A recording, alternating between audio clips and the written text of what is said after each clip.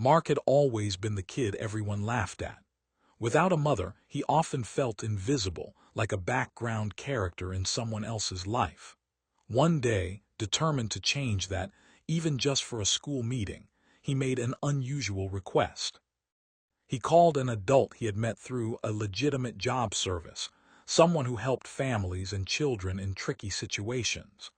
"I just need someone to come with me to school and pretend to be my mom for one meeting," he explained. The woman, Snow, hesitated. It was strange, but she saw the sadness in his eyes and agreed. "One meeting," she said firmly, "just one." On the day of the meeting, Mark handed her a bright red jacket. "No jacket, no mom," he said, grinning. Snow rolled her eyes but put it on. At school, Mark held her hand tightly as they walked into the principal's office. For the first time, he didn't feel invisible. For the first time, he felt like he belonged. But as soon as they sat down, Snow noticed a familiar face across the room, a man she had helped before. He quickly looked away, pretending not to see her. And that was just the beginning of what would become a very eventful school meeting. Mark gripped Snow's hand as they sat down in the parents' chair. He couldn't stop grinning. This was his moment. No one would laugh at him today. Halfway through the meeting, Snow's phone buzzed. A client she worked with was calling. She frowned, glancing at Mark. "I need to take this," she whispered. Mark shook his head. "Not now. 15 more minutes," he said firmly. Snow sighed but stayed, trying to balance her professional life with the promise she had made to Mark. Around them, other students' parents whispered. A few noticed Snow wasn't really Mark's mom. "That's not his real mom, right?" one kid whispered to a friend. Mark froze. Then, in a mix of anger and embarrassment, he turned and glared at the boy. "Yes, she is," he snapped, his small fists clenching. The boy stepped back, startled. The teachers rushed over, trying to calm things down.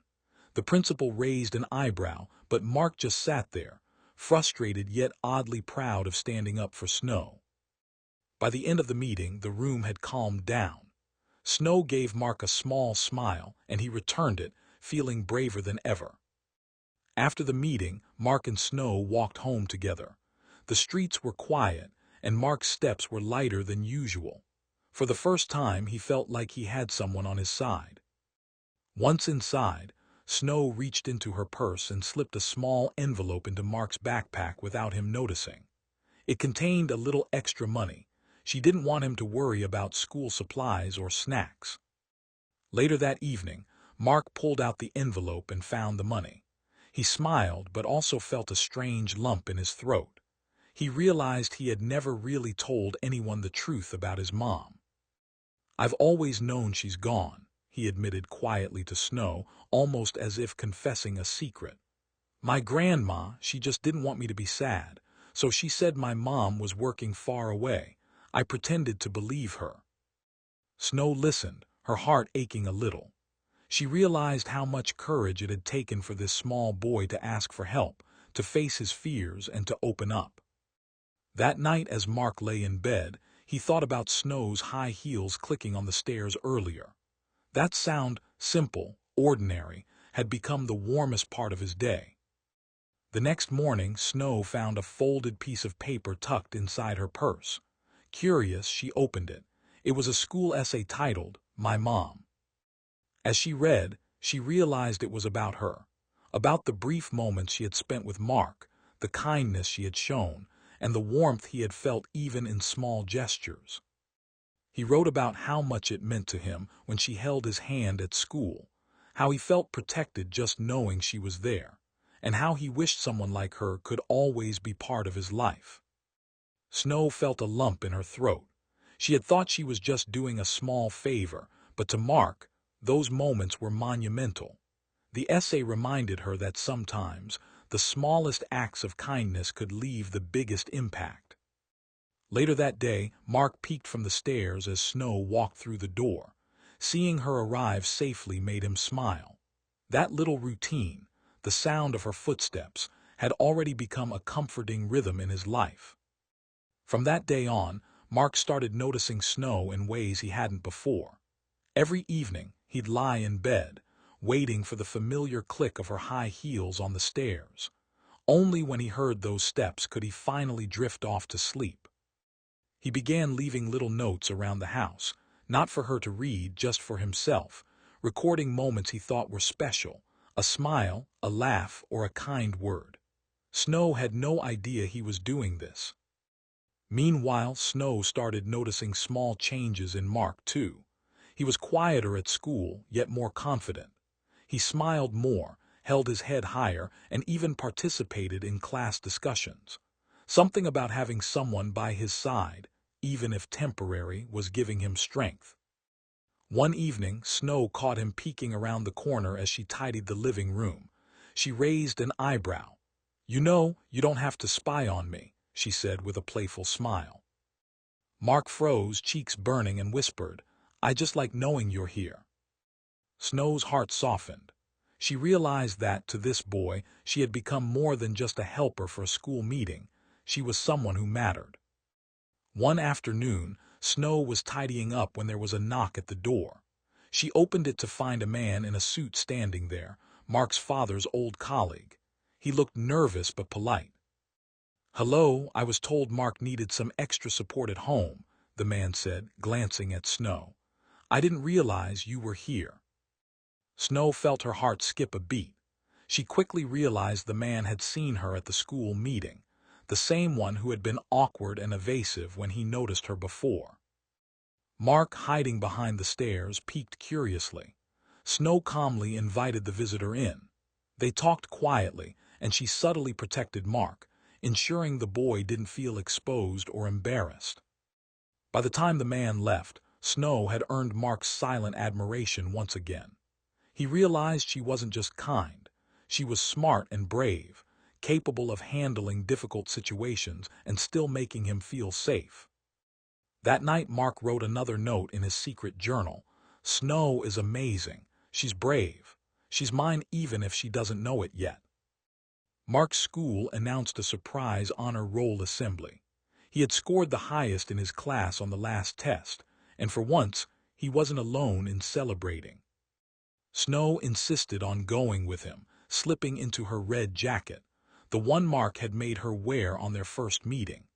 As they walked into the auditorium, Mark felt a mix of pride and excitement. When the principal called his name, Mark ran to the stage. From the crowd, Snow's encouraging smile made his chest swell with confidence. He waved at her, and she waved back, cheering louder than anyone else. After the assembly, they stopped by the local park. Mark tugged her toward the swings. "I've never really had someone celebrate with me like this," he admitted, his voice small but earnest. Snow smiled, pushing him gently on the swing. "You deserve it, Mark. You're amazing, and I'm proud of you." As he swung higher, Mark felt light and free for the first time in a long while. That day, he realized it wasn't just about having a mom at school. It was about feeling seen, supported, and loved, even in small ways. A few days later, Mark realized he had forgotten his lunch at home. Panic set in. He hated asking anyone for help, especially at school. Snow, noticing his distress during their walk to class, quickly acted. "Don't worry, Mark. I've got you," she said, rummaging through her bag and pulling out a neatly packed sandwich and an apple. Mark's eyes widened. "You brought my lunch."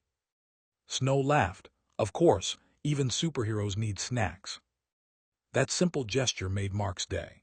Sitting together under a tree, he ate while Snow told silly stories from her own school days. Mark laughed so hard that passers-by stopped to look, smiling at the unexpected scene of a young boy and a grown woman sharing such a light-hearted moment. It wasn't just the food that made him happy. It was the care, the attention, the feeling that someone truly had his back. From that day, Mark began to see Snow as more than a helper. She was his safe place in a world that often felt cold. One rainy afternoon, Mark got stuck on the way home when a sudden downpour flooded the streets. He had no umbrella, and his backpack was drenched. From the distance, Snow appeared, holding a large red umbrella, the the same color as her jacket. "Need a lift," she called, her voice warm and steady. Mark ran toward her, splashing through puddles, and felt a surge of relief. Snow guided him home, holding the umbrella over both of them. On the way, they laughed at the rain, jumping over puddles and dodging the occasional splashes from passing cars. When they finally got inside, dripping wet but smiling, Snow handed him a warm towel. "See, nothing can stop us," she said, ruffling his damp hair. That night, as Mark dried off and wrote in his journal, he scribbled, "Snow is magic. She shows up when I need her the most." For Mark, it wasn't just about having someone there. It was about having someone who chose to be there, every single time. The week of the big math test arrived, and Mark was nervous. Usually, he panicked during exams, forgetting everything he had studied. Snow noticed his anxiety. "Hey, you've got this," she said, sitting beside him at the kitchen table. "Remember the strategies we practiced. Deep breath, focus, one question at a time." Mark nodded, taking comfort in her calm presence. For once, he felt like he had a real partner in this challenge, not just someone telling him what to do, but someone who believed in him. After the test, Mark ran to Snow, grinning. "I think I did really well," he exclaimed. Snow smiled, ruffling his hair. "I knew you would. You worked hard and it shows." That evening, as Mark updated his journal, he wrote, "Snow believes in me. Maybe that's all I needed to believe in myself." For Mark, Snow wasn't just a pretend mom anymore. She had become his cheerleader, his confidant, and a steady presence in a world that often felt uncertain. The school announced auditions for the annual play, and Mark was hesitant to participate. He had always been shy, afraid of being laughed at. Snow noticed his hesitation. "You should try, Mark. You're braver than you think," she encouraged, smiling. With her words echoing in his mind, Mark auditioned, and to his surprise, he got a lead role. On the night of the play, Snow sat in the audience, cheering louder than anyone else. As Mark delivered his lines with confidence, he caught her gaze. Her proud smile gave him courage, and for the first time, he felt like he truly belonged on stage. After the final bow, Snow and Mark walked home, sharing laughs about his dramatic gestures and funny mistakes. Mark realized that Snow wasn't just there for the serious moments. She made the fun moments brighter, too. That night, he wrote in his journal, "Snow makes everything better. I think she's the best part of my life right now." One evening, Snow handed Mark a small, wrapped box. "I saw this and thought of you," she said, her eyes twinkling.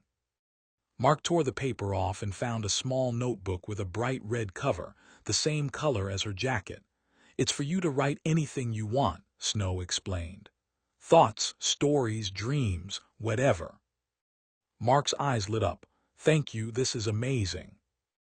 That night he sat on his bed, writing furiously in the new notebook. For the first time, he didn't just jot down school notes or reminders. He poured his heart out, writing about his day, his dreams, and the small moments with Snow that made him happiest. Snow, peeking in quietly, smiled to herself. She had no idea how much her small gesture had touched him. Mark wrote in his journal that night, "Snow sees me. She really sees me. Maybe I can be brave because she believes in me." One gray, drizzly afternoon, Snow suggested they go on a little adventure. "Let's explore the park, puddles and all," she said, handing Mark a bright yellow raincoat. Mark hesitated, "But it's just raining." Snow smiled. "Exactly, rain makes everything more fun." Reluctantly, Mark joined her. They jumped over puddles, tossed leaves into the air, and laughed as the rain soaked them through. Snow even let him splash her a few times, pretending to be dramatic and annoyed, which made Mark laugh until he cried. By the time they returned home, soaked and muddy, Mark felt lighter than he had in years. He realized that life could be fun, messy, and exciting, especially when shared with someone who cared. That night he wrote in his journal, "Snow turns even rainy days into adventures. She's not just my mom for a meeting. She's my friend, my partner in fun. Mark's teacher assigned a big school project that required teamwork. Usually, Mark struggled working with others. He didn't trust anyone to understand his ideas. Snow noticed his worry. "Why don't we brainstorm together at home first?" she suggested. They spent the evening poring over the project, drawing diagrams and coming up with ideas. Snow listened carefully, asked questions, and encouraged him to think creatively. Mark realized he actually enjoyed working with her. It wasn't about pretending anymore. It was about learning and growing together. The next day, Mark confidently presented the project in class, earning praise from his teacher and classmates. Snow watched from the back of the room, beaming with pride. That night, Mark wrote in his journal, "Snow helps me see what I'm capable of. Maybe I can do anything if she's around." Mark's birthday was coming up, and he had never really celebrated it before. Snow, noticing his quiet anticipation, decided to plan a small surprise. On the morning of his birthday, Mark woke up to find a handmade banner hanging in the living room and a small cake with candles. Snow handed him a wrapped gift, a set of colorful pens and sketchbooks. Mark's eyes widened. This is for me?" he asked, voice trembling with happiness. Snow nodded. "Of course. You deserve it, Mark. I hope this year is full of adventures, laughter, and lots of memories." Mark blew out the candles, making a silent wish. He realized that having someone care for him, truly care, was the greatest gift he could ever receive. That night he wrote in his journal, "Snow made my birthday the best day of my life.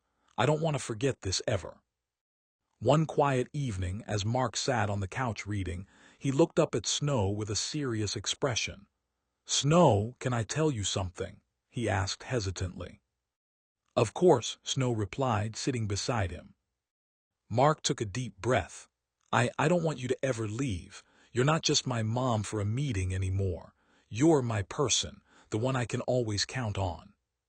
Snow's heart tightened. She gently took his hand. "Mark, I'm not going anywhere. I promised you that day at school, and I always keep my promises." Mark smiled, relief washing over him. For the first time, he didn't feel lonely or invisible. He felt seen, understood, and loved by someone who had chosen to be part of his life. That night he wrote in his journal, "I finally have someone I can truly rely on. Snow isn't just my mom for a meeting. She's my family." The school announced a dance, and Mark felt nervous. He wasn't used to social events and hated the idea of going alone. Snow noticed his anxiety.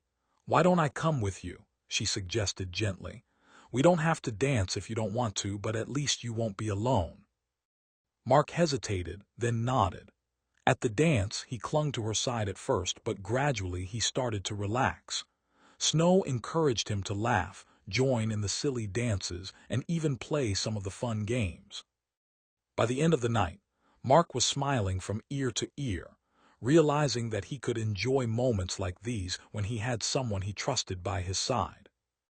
That night he scribbled in his journal, "Snow makes scary things fun. I'm not afraid anymore when she's with me." One weekend, Snow suggested they create a secret hideout in the attic, a cozy little space filled with blankets, pillows, and fairy lights.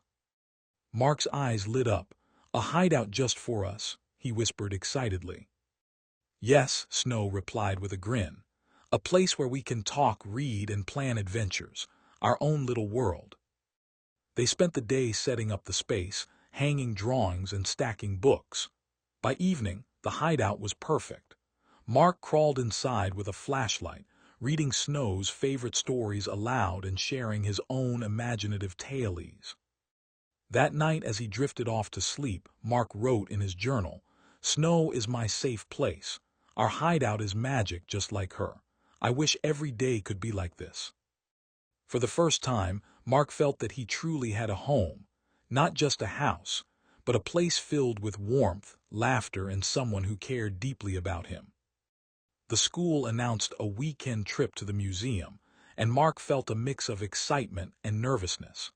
He had never gone on a trip without his family before. Snow noticed his hesitation. "Don't worry, Mark, I'll be there. We'll explore together," she reassured him. During the trip, Mark marveled at the exhibits, pointing out his favorite artifacts and sharing interesting facts he had learned. Snow listened, asked questions, and encouraged his curiosity. They laughed over silly souvenirs, took lots of photos, and even made up stories about the ancient artifacts. By the end of the day, Mark realized something profound. It wasn't just the trip itself that made him happy. It was having Snow by his side, making every moment brighter and memorable. That night he wrote in his journal, "Snow turns everything ordinary into an adventure. Life is better with her." Months passed and Mark had changed in countless ways. He was more confident, happier, and no longer felt invisible. Snow had become a constant in his life, not just a mom for a meeting, but a true guardian, friend, and family. One sunny afternoon, Mark ran to Snow with a handmade card. "Thank you," he said simply, "for everything." Snow knelt down, smiling, and hugged him tightly. "You don't need to thank me, Mark. I'm proud of you every single day." Mark beamed. He realized that family wasn't just about blood or obligation. It was about love, trust, and choosing to be there for someone, no matter what. That evening he placed all his journals together, reading back on all the adventures, laughs, and quiet moments they had shared. Snow peeked over his shoulder and smiled. Mark looked up at her, his eyes shining. "I'm glad you're mine, even if it all started as a pretend game." Snow laughed softly, brushing a strand of hair from his forehead. "And I'm glad I found you too, Mark. Life's better when we're together." From that day on, Mark knew he would never feel alone again. Snow had become more than just a pretend mom. She was the heart of his world, and together they created a life full of warmth, laughter, and endless adventures.